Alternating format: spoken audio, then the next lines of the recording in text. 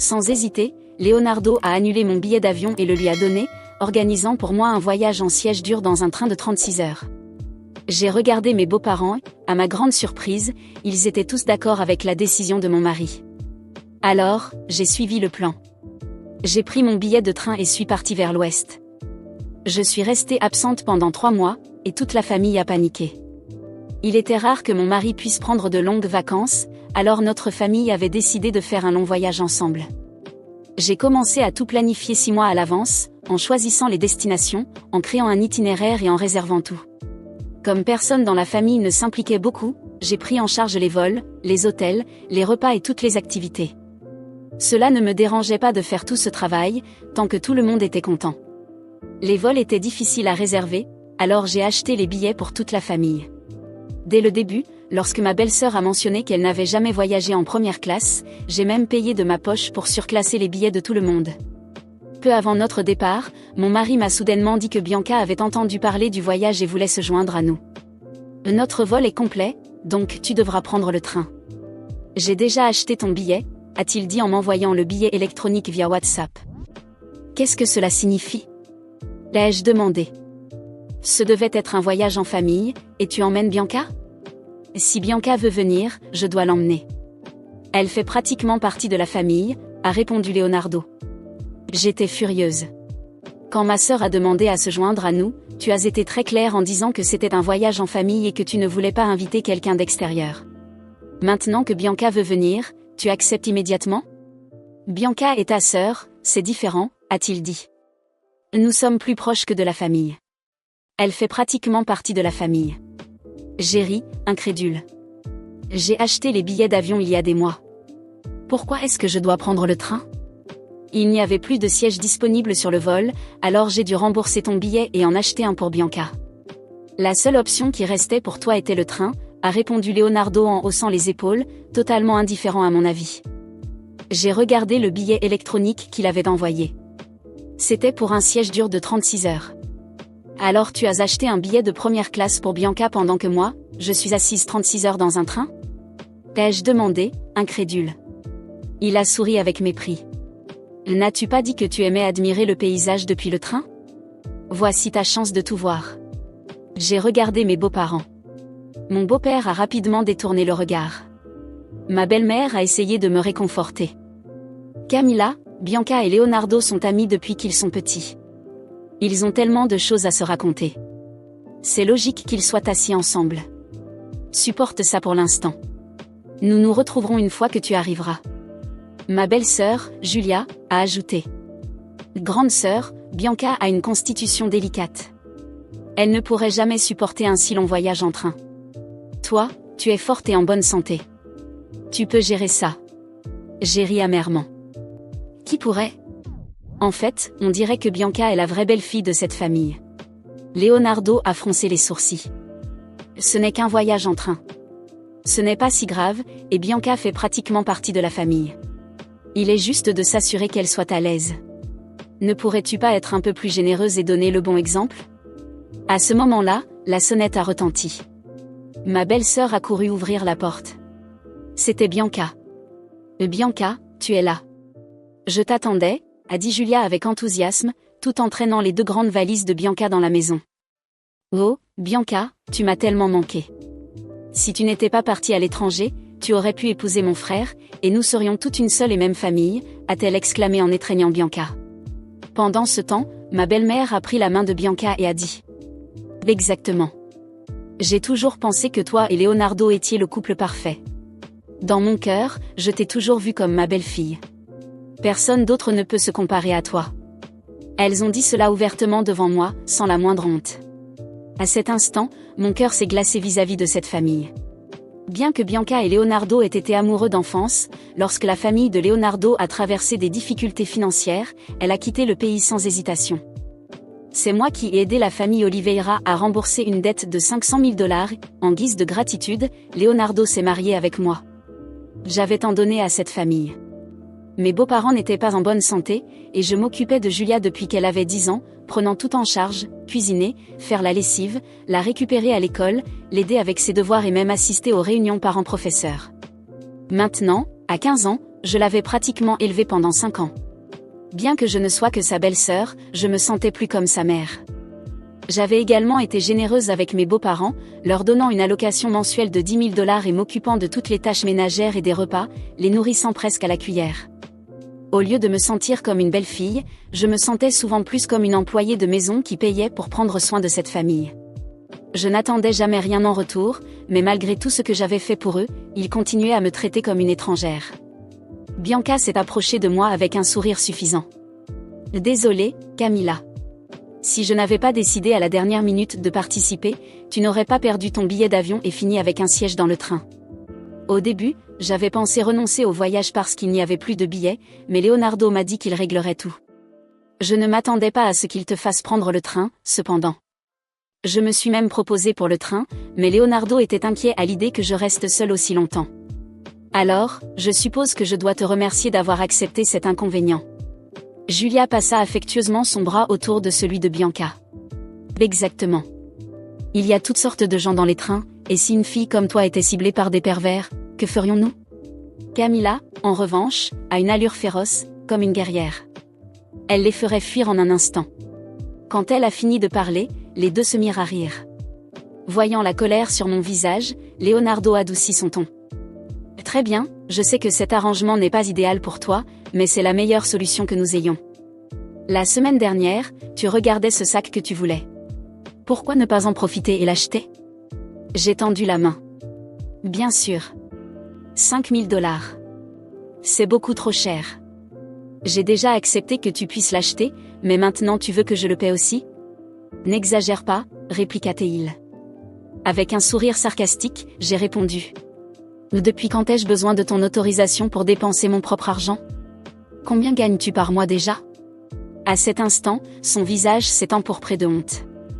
Ce n'est pas juste. Son salaire mensuel était de seulement 3 000 $, alors que je gagnais 100 000. Son salaire ne couvrait même pas ses propres dépenses.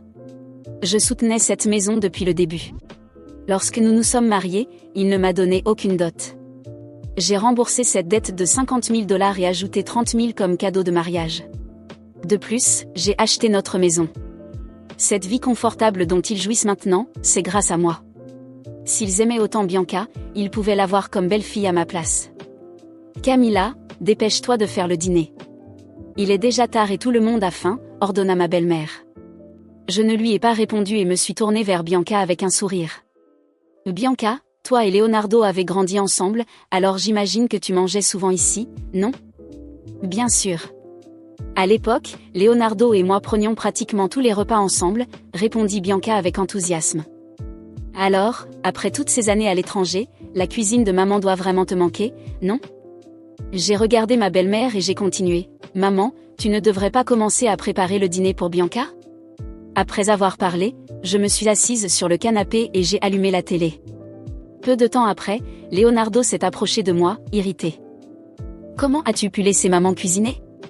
Tu sais que sa santé n'est pas bonne. Lève-toi et prépare le dîner. Faisant semblant d'être surprise, j'ai répondu. Maman, vous êtes malade? C'est grave? Pourquoi ne me l'avez-vous pas dit? Ma belle-mère rétorqua, irritée. Qui est malade? Je vais très bien. Arrête de vouloir me porter malheur. Alors pourquoi ne voulez-vous pas cuisiner pour Bianca? Pas envie? L'ai-je demandé en m'amusant. Instantanément, son expression s'assombrit. Qui a dit que je ne cuisinerais pas? Et elle se dirigea vers la cuisine, passant les 2 heures suivantes à préparer le dîner. Quand le dîner fut prêt, Julia tira Bianca vers ma place à table. Grande sœur, Bianca est une invitée. Ça ne te dérange pas de lui laisser ta place, non? Ma belle-mère me tendit un bol. Si t'asseoir au bord te dérange, pourquoi ne pas emmener ton assiette à la cuisine et manger là-bas? Et, en passant, nettoie un peu. Maintenant, je ne pouvais même plus m'asseoir à table. Pas besoin, profitez-en tous. Une amie m'a invité à sortir, donc je vais dîner avec elle, ai-je refusé froidement. Leonardo semblait irrité. Nous partons en voyage demain, et tu veux encore sortir. Tu as déjà fait tes valises? Tu n'as pas de main? Pourquoi ne les fais-tu pas toi-même? L'ai-je répliqué. Il resta silencieux, et je suis sortie. Je suis allée dans un restaurant chic et me suis offert un dîner luxueux avec du steak, du vin et du homard. Avec mon argent, je pouvais dîner où je voulais. Je suis restée dehors jusqu'à tard, profitant de mon temps. Quand je suis rentrée, la maison était plongée dans le noir, malgré le fait que je sois rentrée presque à l'aube. Personne ne m'avait appelé ni envoyé de message pour savoir où j'étais. Apparemment, tout le monde était allé dormir sans se soucier de moi. Tâtonnant dans le noir, je suis entrée dans la chambre et me suis assise sur le lit, seulement pour être surprise par un cri aigu. Ah! J'ai rapidement allumé la lumière et vu Bianca allongée à ma place. La scène a fait bouillir mon sang. Sans réfléchir, je lui ai donné une gifle. Bianca commença à pleurer, et Leonardo se redressa pour la protéger. « Pourquoi as-tu frappé Bianca ? Nous étions juste en train de parler et avons dû nous endormir sans le vouloir. » « Ah oui. Alors vous avez simplement fini dans le lit ensemble, enlacés, accidentellement ? » l'ai-je rétorqué, furieuse. « Nous t'attendions. Tu es resté dehors jusqu'à tard, alors Bianca est restée pour me tenir compagnie. Nous avons discuté un moment et nous nous sommes endormis. »« C'est parfaitement normal, » cria Leonardo. « Alors pourquoi ne m'avez-vous pas appelé ni envoyé de message ? Trop occupé à parler ?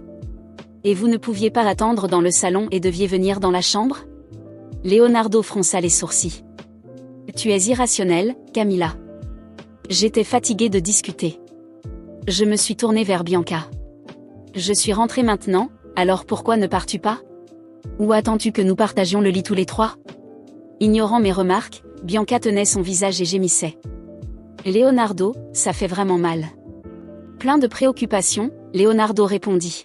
« Je vais chercher un médicament pour toi. » Après qu'il soit sorti de la chambre, j'ai immédiatement verrouillé la porte, changé tous les draps et suis allée dormir directement avec des écouteurs. Le lendemain matin, Leonardo vint vers moi, furieux. « C'était quoi, hier soir ? » J'ai frappé à la porte pendant un long moment, mais tu n'as pas ouvert. Maman et papa se sont réveillés à cause de ça. Tu l'as fait exprès, n'est-ce pas ? Moqueuse, j'ai répondu sans émotion. Oui, je l'ai fait exprès. Je pensais te donner une chance de dormir avec Bianca. Tu devrais me remercier. En entendant mes paroles, Leonardo semblait exaspéré. Tu es folle, Camilla ? Pourquoi est-ce que je dormirais avec Bianca ? Après ce matin-là, quelque chose en moi s'est complètement brisé. Ce n'était pas seulement de la colère, c'était un mélange d'humiliation, d'épuisement et d'une clarté que je n'avais jamais ressentie auparavant. J'ai passé toute la journée à prétendre que tout allait bien, aidant aux derniers préparatifs du voyage, mais à l'intérieur, mon esprit bouillonnait. Chaque mot, chaque geste de ces personnes semblait me pousser davantage vers une décision inévitable. Au dîner, je me suis assise à table, observant la dynamique autour de moi. Bianca riait bruyamment, tenant la main de Julia, en exagérant son enthousiasme pour le voyage. Mon beau-père ne me regardait presque pas, trop occupé avec son téléphone, et ma belle-mère ignorait intentionnellement ma présence, traitant Bianca comme si elle était l'hôte de la maison. Leonardo, comme d'habitude, agissait comme si tout cela était parfaitement normal. Je savais que si je disais quoi que ce soit, on m'accuserait de faire des histoires ou de ne pas comprendre leurs liens. Alors, je suis restée silencieuse, laissant mon mépris grandir comme une plante toxique en moi. Après le dîner, tandis que tout le monde riait dans le salon, je suis montée et ai commencé à faire mes valises. Mais pas pour le voyage. J'ai rassemblé des documents importants, des cartes de crédit et quelques objets de valeur, les mettant discrètement dans une petite valise. J'ai laissé la plupart de mes vêtements derrière moi, car mon départ devait être rapide et silencieux. Avant de descendre, j'ai retiré mon alliance et l'ai posée sur la commode. Je l'ai regardée un moment, sans rien ressentir. Elle ne signifiait plus rien pour moi. Je suis descendue calmement, jetant un coup d'œil à la scène dans le salon. Leonardo était affalé sur le canapé avec Bianca assise à côté de lui, riant de quelque chose qu'elle avait dit. Julia prenait des selfies avec Bianca, tandis que ma belle-mère apportait du thé pour tout le monde. Personne n'a remarqué lorsque j'ai pris ma valise et franchi la porte d'entrée sans me retourner. J'ai appelé un taxi et suis allée directement à un hôtel. Je ne voulais pas retourner chez mes parents, où je risquais d'être jugée ou poussée à sauver mon mariage. Cette nuit-là, j'ai commencé à organiser mes prochaines étapes. J'ai appelé la banque, gelé tous les comptes communs et annulé les cartes de crédit au nom de Leonardo. J'ai également envoyé un message à mon avocat, lui demandant d'entamer immédiatement la procédure de divorce. Le lendemain matin, je me suis rendue à la banque en personne pour transférer l'argent des comptes communs sur mon compte personnel. Leonardo n'avait aucune épargne et avait du mal à couvrir ses dépenses avec son salaire de 3000 $. Sans mon soutien financier, je savais qu'il ne pourrait pas maintenir le style de vie confortable auquel il s'était habitué. Plus tard dans l'après-midi, Leonardo a commencé à m'envoyer des messages et à m'appeler. « Où es-tu ? Tu as oublié ton passeport ? Pourquoi tu ne réponds pas ?» J'ai lu ces messages, mais je n'ai pas répondu. Ce soir-là, Bianca m'a appelé depuis son numéro. Je l'ai ignoré, mais elle a laissé un message vocal. « Camilla, ça devient sérieux. Leonardo est vraiment inquiet. Tu aurais dû gérer cela de manière plus mature. Je ne sais pas ce que tu essaies de faire, mais ça n'aide personne. Si tu as besoin d'aide, je peux te parler. » De l'aide ? J'ai ri amèrement dans ma chambre d'hôtel. Bianca pensait vraiment qu'elle avait la moralité nécessaire pour me donner des leçons de maturité. J'ai immédiatement bloqué son numéro. Le lendemain, je me suis rendue dans la maison que j'avais achetée avec mon propre argent et ai demandé à mon avocat d'entamer le processus pour expulser Leonardo de la propriété. Je ne permettrai plus qu'il vive à mes dépens tout en me traitant comme une moins que rien. Comme il n'avait apporté aucune contribution financière, mon avocat m'a assuré que la maison m'appartenait légalement. Avant de quitter la ville, je suis passée chez mes parents et ai clairement indiqué que je ne voulais aucune ingérence ni tentative de réconciliation. J'ai expliqué brièvement ce qui s'était passé et leur ai dit que j'avais besoin de temps pour moi. Ils semblaient choqués, mais compréhensifs. Leonardo a finalement réussi à me contacter via le téléphone de son père. « Camilla, qu'est-ce que tu fais ? Tu ne peux pas simplement disparaître comme ça et nous laisser inquiets. Quel genre d'épouse fait ça ?» Mon rire était glacial. Quel genre de mari donne le billet d'avion de sa femme à sa maîtresse déguisée en amie d'enfance ? Leonardo, tu devrais être reconnaissant que j'ai toléré ça aussi longtemps. Maintenant, profite de ta nouvelle vie. J'espère que Bianca pourra te soutenir, parce que moi, c'est fini. Tu ne peux pas me faire ça, Camilla. Ce n'est pas juste. Pense à Julia, à mes parents.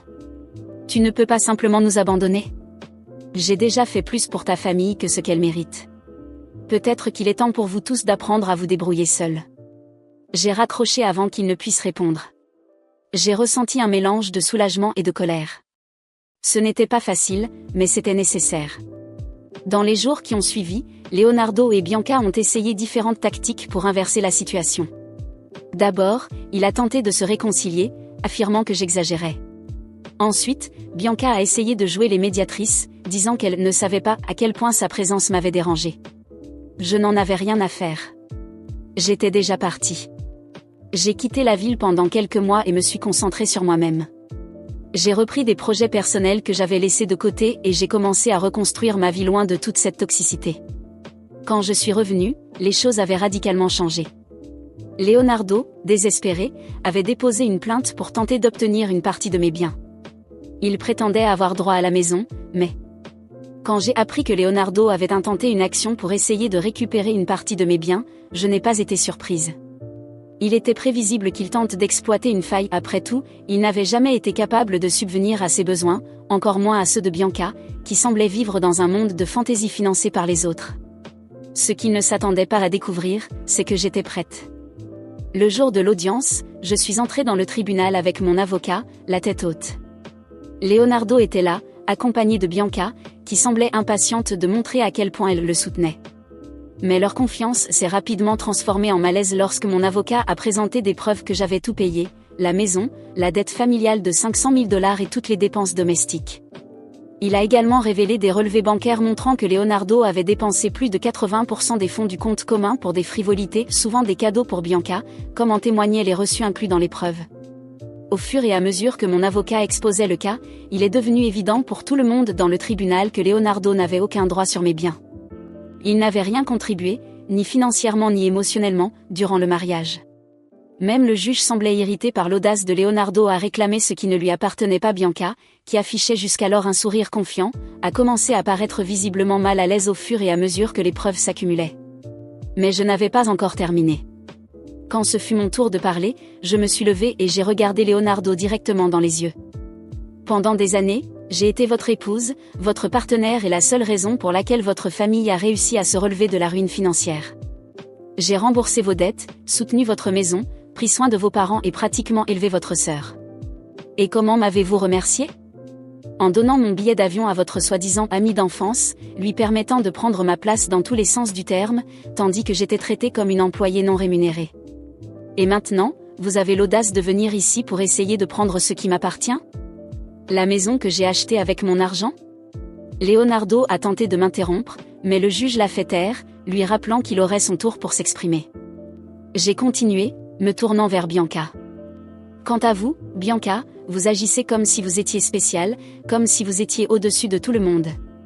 Mais au fond, vous n'êtes qu'une personne qui vit au crochet des autres. Vous avez quitté ce pays lorsque sa famille faisait face à des difficultés financières, pour revenir seulement une fois leur vie confortable restaurée grâce à moi. Et maintenant, vous êtes ici, pensant que vous repartirez avec quelque chose? Soyons clairs, vous deux, vous vous méritez, parce que vous êtes superficiel, égoïste, et n'avez rien de valeur à offrir à qui que ce soit. Bianca devint rouge, regardant nerveusement autour du tribunal, tandis que Leonardo évitait mon regard. Le juge, après avoir entendu toutes les preuves, non seulement a rejeté la demande de Leonardo, mais l'a également condamné à payer les frais de justice ainsi qu'une amende pour avoir intenté un procès sans fondement. Lorsque le verdict a été prononcé, une vague de satisfaction m'a envahi. Ils avaient essayé de tout me prendre, mais je suis sortie de là avec ma dignité intacte et la leur en lambeaux. Après l'audience, Leonardo a tenté de m'aborder dans le couloir. « Camilla, attends. On peut parler ?» Je l'ai regardé, incapable de cacher un rire amer. « Parler ? Maintenant, tu veux parler ? Après tout ça ? Non, Leonardo. Je pense que j'ai déjà assez entendu. Profite de ta nouvelle vie avec Bianca. J'espère qu'elle est prête à te soutenir, parce que moi, c'est fini. Je suis sortie du tribunal sans me retourner. Il n'y avait plus rien à dire ou à entendre. Dans les mois qui ont suivi, j'ai appris que la vie de Leonardo s'était effondrée. Sans mon soutien financier, il a perdu sa voiture et a été expulsé de la maison où il vivait. Bianca, bien sûr, a disparu aussi vite qu'elle était réapparue dans sa vie, le laissant seul pour faire face aux conséquences de ses choix. J'ai entendu dire qu'il était retourné vivre chez ses parents, qui avaient eux aussi des difficultés maintenant que mon aide avait cessé. Pendant ce temps, ma vie a continué. J'ai investi en moi-même, progressé dans ma carrière et même acheté une nouvelle maison, plus grande et plus belle que la précédente. J'ai réalisé que la liberté de ne plus porter le poids de personnes ingrates était la plus grande richesse que je pouvais avoir. Je me suis fait de nouveaux amis, j'ai renoué avec d'anciens, et je me suis permis de vivre sans peur d'être manipulé ou exploité. Un jour, en marchant dans le centre-ville, j'ai vu Leonardo assis sur un banc de parc, avec une apparence fatiguée et abattue. Il m'a remarqué, mais avant qu'il ne puisse dire quoi que ce soit, j'ai tourné les talons et suis parti. Il était un fantôme de mon passé, et je n'avais aucun intérêt à le ressusciter. Enfin, j'étais libre. Libre d'eux, de leur manipulation, de leur ingratitude, et du fardeau de soutenir une famille qui ne m'avait jamais valorisé. Pour la première fois depuis des années, ma vie me semblait vraiment mienne.